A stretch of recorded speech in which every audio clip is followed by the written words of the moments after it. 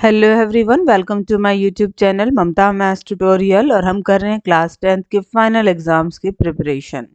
साल 2024 में जो आपका मैथ्स का फाइनल क्वेश्चन पेपर आया था बोर्ड की तरफ से, उसके सेट ए के सेक्शन ए, बी और सी को हम ऑलरेडी डिस्कस कर चुके हैं। आज के लेक्चर में सेक्शन डी को डिस्कस करेंगे, जिसमें 5-5 नंबर के क्वेश्चंस आए हुए हैं। क्वेश्चन नंबर 32 देखिए, दो क्रमागत धनात्मक पूर्णांक ज्ञात कीजिए जिनके वर्गों का योग 365 है।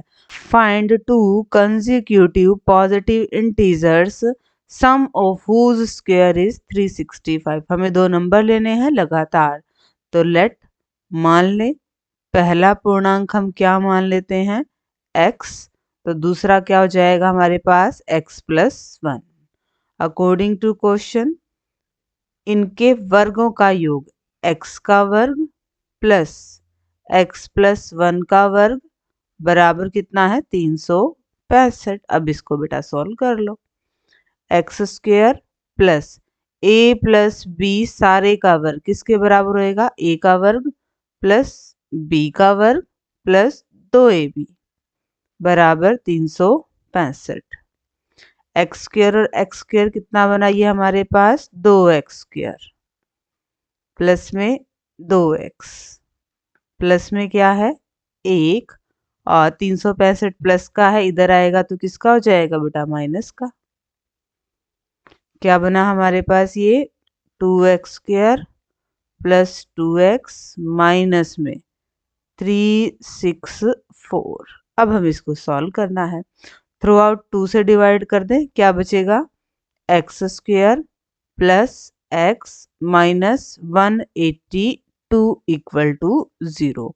अब दो नंबर्स जिनकी गुणा करे तो -182 और जोड़े तो प्लस का 1, तो ये बेटा क्या आएंगे आपके पास 14 और -13।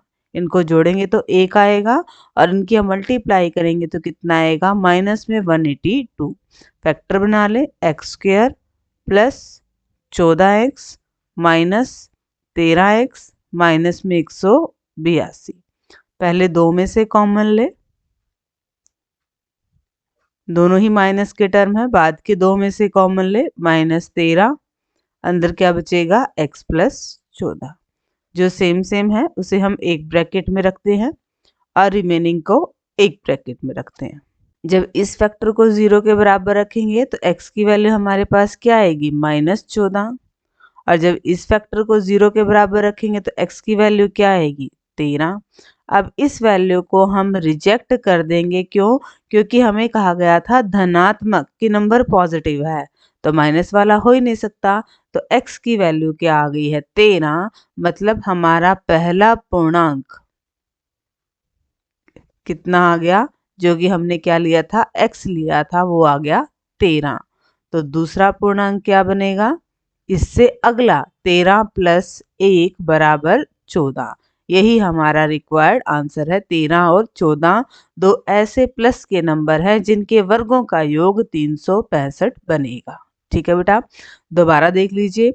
हमें दो लगातार नंबर लेने थे प्लस के और उनका करना था वर्गों का जोड़, वो किसके बराबर था 365 के। तो हमने नंबर्स क्या मान लिए x, और अगला क्या हो जाएगा फिर x+1, दोनों का स्क्वायर करके ऐड कर दिया इक्वल टू 365। सबको एक तरफ लेके आए, फैक्टर बनाया, वहां से एक नेगेटिव वैल्यू मिली एक पॉजिटिव मिली, क्योंकि क्वेश्चन में हमें पहले ही कहा गया था कि कैसे हैं पॉजिटिव हैं, तो नेगेटिव वाली वैल्यू को हमने रिजेक्ट कर दिया, पॉजिटिव वैल्यू हमारी x की वैल्यू आ गई, मतलब हमें पहला पूर्णांक मिल गया। दूसरा हमें इससे लगातार लेना था, मतलब उससे अगला लेगा, उसमें हमने एक जोड़ दिया, 13 और 1 14, 13 और 14, ये हमारा रिक्वायर्ड आंसर बनेगा। इसी में ही बेटा और वाला क्वेश्चन है, अब उसे डिस्कस करते हैं। समीकरण 3x² minus 2x plus 1/3 equal to 0 का विविक्ति कर ज्ञात कीजिए और फिर मूलों की प्रकृति ज्ञात कीजिए। यदि वे वास्तविक हैं तो उन्हें ज्ञात कीजिए। पहले हमें निकालना है इसका डिस्क्रिमिनेंट, मतलब b² माइनस 4ac, ये निकालना है। फिर हमें बतानी है कि मूलों की प्रकृति कैसी है, नेचर कैसा है रूट्स का, वो इससे ही पता चलेगा कि ग्रेटर देन 0 है, इक्वल टू 0 है या फिर लेस देन 0 है। यदि वे वास्तविक हैं तो उन्हें ज्ञात कीजिए। अब अगर इनमें से दो कंडीशन आती हैं कि 0 से बड़ा है या 0 के बराबर है तो हमें निकालना है, क्योंकि अगर ये संख्या 0 से छोटे आ जाएगी तो कोई भी वास्तविक मूल नहीं होते हैं, हम क्वेश्चन को वहीं रोक देंगे। ठीक है, पहले हम इसको सॉल्व कर ले। क्या है ये? 3x² minus 2x plus 1/3 equal to 0। इसको सिंप्लीफाई कर ले। ये 3 हटाना है तो सबको 3 से गुणा कर दें। क्या बनेगा? 9x² माइनस 3 दूनी 6x प्लस 1 बराबर 0। अब इसकी तुलना कीजिए ax² plus bx plus c बराबर 0 से। तो a का मान कितना आ गया है? 9, b का मान कितना आ गया है? माइनस में 6 और c का मान क्या आ गया है? 1। निकालें b² माइनस 4ac जो कि हमारा डिस्क्रिमिनेंट होता है, विविक्तिकर होता है। b² b का मान है -6 माइनस 4, a का मान है 9, c का मान है 1। 6 36 माइनस 4 36 बराबर 0। हमारे पास आ गया b² माइनस 4ac 0 के बराबर। मतलब हमारे जो मूल है वो वास्तविक हैं और बराबर हैं। ये इस कंडीशन की वजह से है कि अगर b² माइनस 4ac 0 के बराबर हो जाए तो रूट्स हमारे रियल होते हैं बट इक्वल होते हैं। तो यहाँ पे इसने कहा था विविक्तिकर ज्ञात कीजिए, वो हमने निकाल लिया, 0 आया। फिर मूलों की प्रकृति ज्ञात कीजिए, मतलब मूल वास्तविक हैं और बराबर हैं, और यदि वे वास्तविक हैं तो उन्हें ज्ञात कीजिए। अब हमें ये मूल निकालने भी हैं, तो वो कैसे निकलेंगे? इसके लिए भी बेटा एक फॉर्मूला था। क्या? x equal to minus B plus minus root b² minus 4ac upon 2a। इनकी वैल्यू रख देते हैं। x बराबर माइनस b का मान क्या हो जाएगा? -6 है, ये दे रखा है हमें, प्लस एक बार प्लस का ले लेते हैं, एक बार फिर माइनस का ले लेंगे। b² माइनस 4ac इसकी वैल्यू तो बेटा 0 ही है, अपॉन 2a 2 और a का मान क्या रखा है? 9। कितना बना ये? माइनस माइनस प्लस 6, 9 दूनी 18, काटेंगे तो क्या आया? 1/3। एक तो ये आ गया बेटा रूट। ऐसे ही हम दूसरा निकाल लेंगे। वो क्या हो जाएगा? एक बार प्लस का साइन लिया था, यहाँ पे प्लस और माइनस दोनों है। एक बार प्लस का साइन लिया था, एक बार हम माइनस का ले लेंगे, पर 0 है तो कोई फर्क ही नहीं पड़ेगा।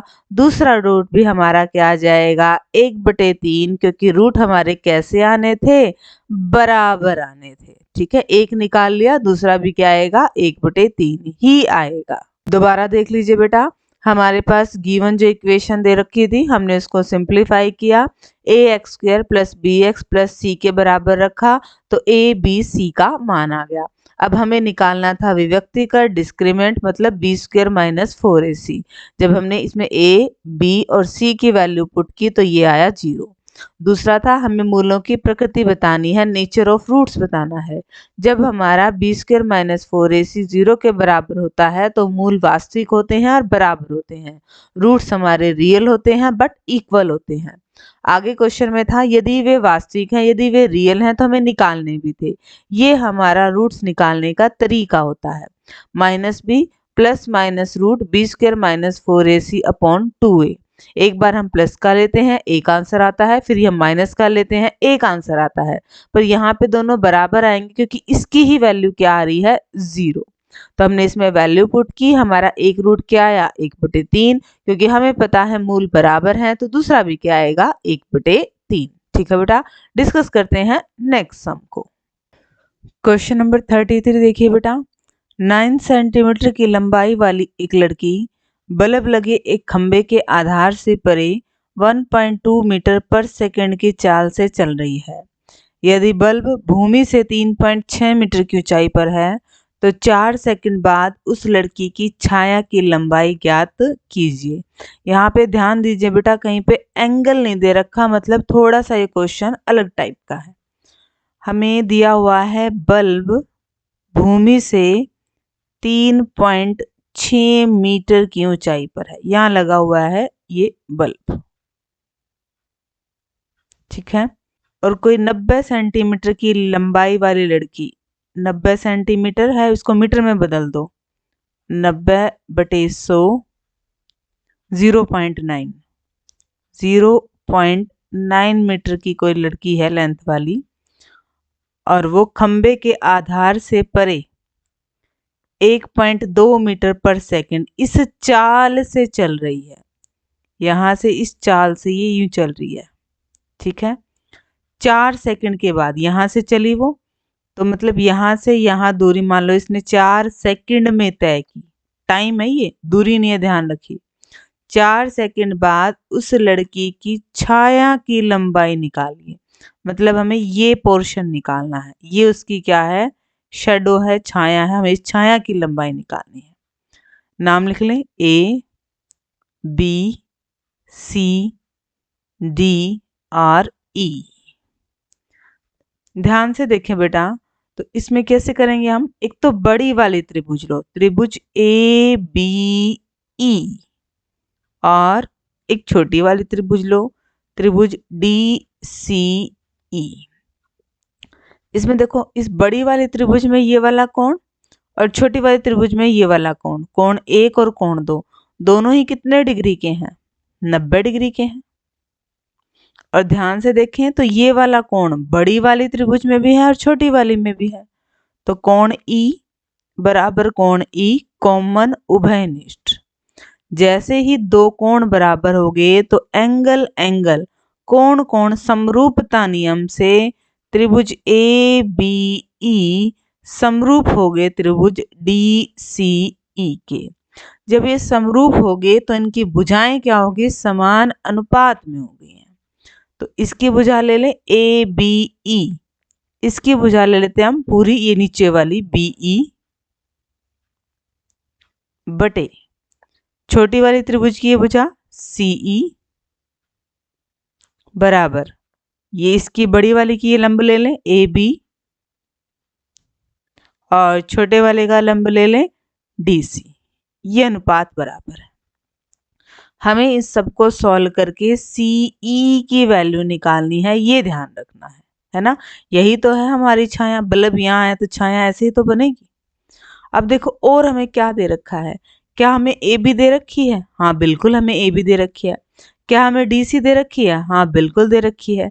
क्या हमें BE दे रखी है, BE तो नहीं दे रखी, पर हम BC निकाल सकते हैं, BC निकाल सकते हैं। दूरी, दूरी का फॉर्मूला क्या होता है, चाल गुणा समय। चाल दे रखी है 1.2 मीटर और समय भी दे रखा है कितना, 4 सेकंड।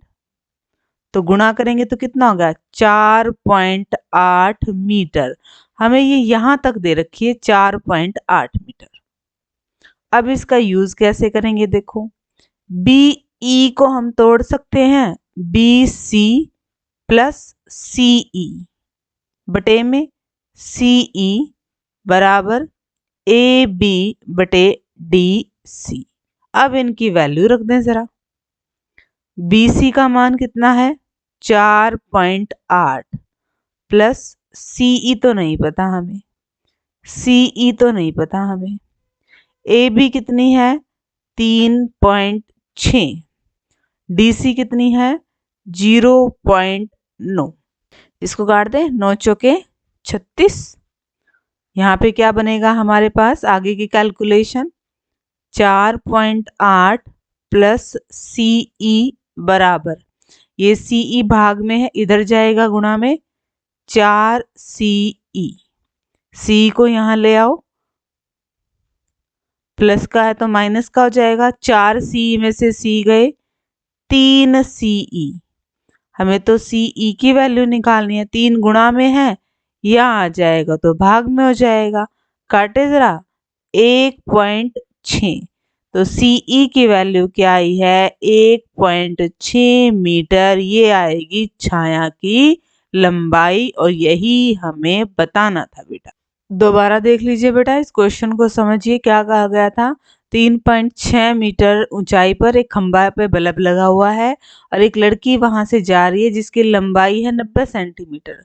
4 सेकंड के बाद हमें उस लड़की की छाया की लंबाई निकालनी है। हमें दो त्रिभुज दिखे, एक छोटा वाला त्रिभुज और एक बड़ा त्रिभुज। इनमें दो कोण बराबर बराबर ढूंढे तो त्रिभुज हमारी क्या होगी? समरूप। और हमने पढ़ा हुआ है जब दो त्रिभुज समरूप होते हैं तो उनके संगत भुजाओं का अनुपात क्या होता है? बराबर। BE बड़ी वाले त्रिभुज के आधार, CE छोटी वाले त्रिभुज का आधार, AB बड़ी वाले त्रिभुज का लंब, DC छोटी वाले त्रिभुज का लंब। अब BE को हमने तोड़ लिया, पूरी को क्या लिख सकते हैं? BC plus CE। अब AB की वैल्यू हमारे पास है, DC की वैल्यू हमारे पास है, BC की हमने निकाल ली दूरी। दूरी तो है क्या? चाल गुणा समय। हमारे पास चाल भी थी, हमारे पास समय भी था। सबका मान रखा, जो टर्म कट रही थी काट दी, आर पार गुना करके, क्योंकि हमें CE का मान निकालना था तो CE को एक तरफ ले गए, बाकी सारे टर्म को एक तरफ ले गए और ये हमारा आंसर आ गया। डिस्कस करेंगे अब क्वेश्चन नंबर 34 को। क्वेश्चन नंबर 34 देखिए बेटा। शांता किसी शेड में एक उद्योग चलाती है। यह शेड एक घनाभ के आकार का है जिस पर एक अर्ध बेलन अध्यारोपित है। यदि इस शेड की आधार की विमाएं 7 मीटर गुणा 15 मीटर हैं तो घनाभाकार भाग की ऊंचाई 8 मीटर है। तो शेड में समावेशित हो सकने वाली हवा का आयतन ज्ञात कीजिए। हमें देखना है कि इसमें हवा कितनी आएगी। यहाँ पे बेटा हमें दो फिगर दिख रहे हैं, एक तो घनाभ दिख रहा है और एक आधा सिलेंडर दिख रहा है। तो घनाभ का आयतन तो क्या होता है? L गुणा B गुणा H। और सिलेंडर का आयतन क्या होता है? पाई R स्क्वायर H। क्योंकि ये आधा है तो हाफ, ये है पूरा इसमें जो हवा भरेगी वो। तो पहले हम ये निकाल लें, L गुणा B गुणा H। L कितना है? 7 मीटर, B कितना है? 15 और H कितना है? 8। 8 सत्तू 56 और 15 की गुणा 56 और 15, 6 पंजे 30, 3 25 और 3 28 गुणा में 56, 0 8 6 14, 5 6 7 और 1 840 मीटर क्यूब। ये तो हो गया सिर्फ इस चीज का, नीचे नहीं वाले का। अब इसका निकालते हैं। 1/2 पाई का मान 22/7। आर कितनी लेंगे? ये पूरी 7 है तो आर तो इसकी आधी हो जाएगी, 7/2 आर स्क्वायर 7/2। और हमारा H का काम क्या करेगी? यही करेगी, सिलेंडर को खड़ा करेंगे तो देखो इसकी ऊंचाई यही होगी, गुणा में 15। 7 से 7 कट गया, 2 से काटेंगे 11, बस और तो नहीं कट रहे हैं। गुणा कर दे, 11 सते 77 और 15 की गुणा, 7 पंजे 35, 3 38 और ये 7 7 कितना बनेगा? ये 5, 8 और 7 15 का 5, हासिल 7 3 10 और 1 11 बटे में क्या है? 2 दूनी 4। भाग करें इसको, क्या आएगा? ये 4 दूनी 8, 35, 4 8 32, फिर 35, 4 8 32, 30, 4 7 28 और 5, ये आएगा।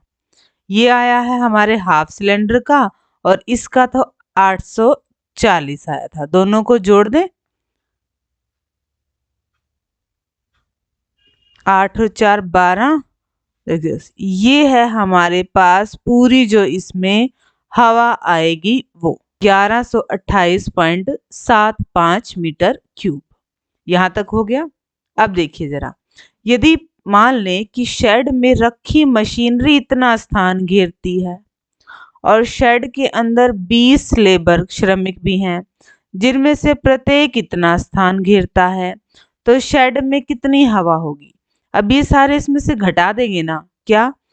एक श्रमिक इतना तो 20 श्रमिक, तो 20 की इससे गुणा कर दो, 20 गुणा 0.08, 8 दूनी 16 आएगा, 0 लगी और 2 के बाद पॉइंट, मतलब 1.6 मीटर क्यूब।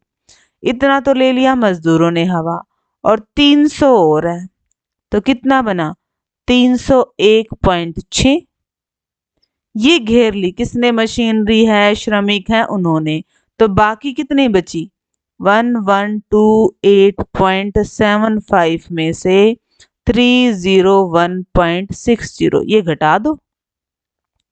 5, 7 में से 6 गया 1, 7, 2 और 8, 827.15 मीटर क्यूब, ये हमारा रिक्वायर्ड आंसर आ गया है बेटा। देखिए बेटा क्वेश्चन सिर्फ देखने में मुश्किल था, जब हम कैलकुलेशन पे आए तो ये कितना आसान है।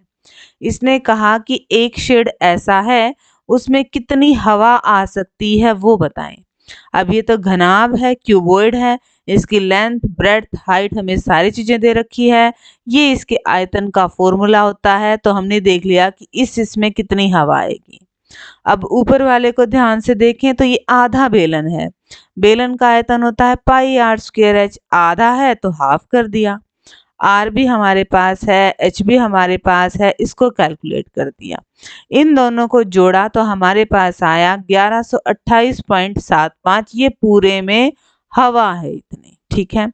फिर इसने कहा कि इसके अंदर एक मशीन है, मशीन रखी है, ठीक है, उस मशीन ने इतना स्थान घेर लिया और इसमें 20 लोग भी हैं, ठीक है, और हर एक इतना जगह घेरता है। उसके बाद हमें हवा बतानी थी कितनी बची, तो हमने देख लिया एक इतनी जगह घेरेगा तो 20 बंदे कितने जगह घेरेंगे, 1.60 गुना कर दी, 300 मशीन ने, टोटल इतनी जगह तो इन्होंने घेर ही ली, हवा इतनी आनी थी, जगह इतनी घेर ली, तो इतने में से इतने घटा दिए, ये हमारी क्या आ गई, शेष हवा आ गई है। ठीक है बेटा, डिस्कस करेंगे अब नेक्स्ट क्वेश्चन को। उसी में ही एक और अथवा वाला क्वेश्चन दे रखा है, ये देखिए बेटा क्या कह रहा है, आकृति में दर्शाया गया सजावट के लिए प्रयोग होने वाला ब्लॉक दो ठोसों से मिलकर बना है। हमें दो सॉलिड दिख रहे हैं, एक घन है, एक तो क्यूब दिख रहा है हमें, ठीक है, 5 5 5 वाला, और दूसरा इसके ऊपर क्या है, एक अर्धगोला है। ब्लॉक का आधार कितना है 5 सेंटीमीटर, और ये कैसा है, घन है, और ऊपर जो अर्धगोला है इसका व्यास हमें कितना दिया हुआ है 4.2, इसका हमें निकालना है संपूर्ण पृष्ठीय क्षेत्रफल। ठीक है, देखिए बेटा कैसे निकलेगा ये, पहले तो हम पूरे घन का निकाल लें, क्या होएगा 6 इंटू साइड का स्क्वायर, 6 की 6 साइड ले ली हमने, ठीक है। फिर हमें ये अर्धगोला दिखा, अर्धगोले का क्षेत्रफल हमारे पास क्या आएगा 2 पाई आर स्क्वायर, पर ध्यान से अगर आप देखेंगे इसको तो जो ऊपर वाले हिस्से पे जहां पे ये अर्धगोला रख दिया, मतलब ये अर्धगोला रख दिया, तो ये जो सर्कल है ये तो हमें दिख ही नहीं रहा, ठीक है, तो हम इसका एरिया क्यों लेंगे, हम सर्कल के एरिया को इसमें से क्या कर देंगे, घटा देंगे, ये मोस्ट इम्पोर्टेंट स्टेप है।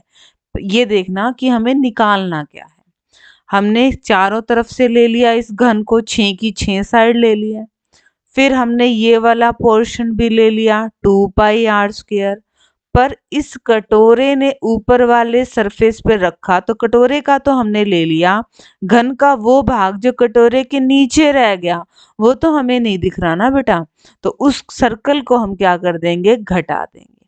तो हमें निकालना क्या है 6 साइड का स्क्वायर, एक तो हमें ये निकालना है, प्लस में 2 पाई आर स्क्वायर में से पाई आर स्क्वायर गया तो हमें पाई आर स्क्वायर, अगर हम ये निकाल देंगे तो ये हमारा आंसर आ जाएगा। निकालें जरा, 6 साइड कितने हमारे पास 5, प्लस पाई का मान 22/7, आर कितनी है, जब हमें व्यास दे रखा है 4.2 तो आर कितनी होगी 2.1, 2.1 इंटू 2.1, 5 की 5 से गुना 25, 25 छिका 150, प्लस में इसको काट दें, 7 या 21.3, 21 दिया 63 की 22 से गुणा करनी है, 6 6 दूनी 12, 6 6 दूनी 12, 6 8 3 1, 1 3 8 6, एक और एक, दो के बाद पॉइंट है, इनको जोड़ेंगे तो 163.86। This is our required answer. ठीक है बेटा, ये क्वेश्चंस देखने में ही मुश्किल लगते हैं, अगर आपने फिगर को समझ लिया तो ये बिल्कुल भी मुश्किल नहीं है।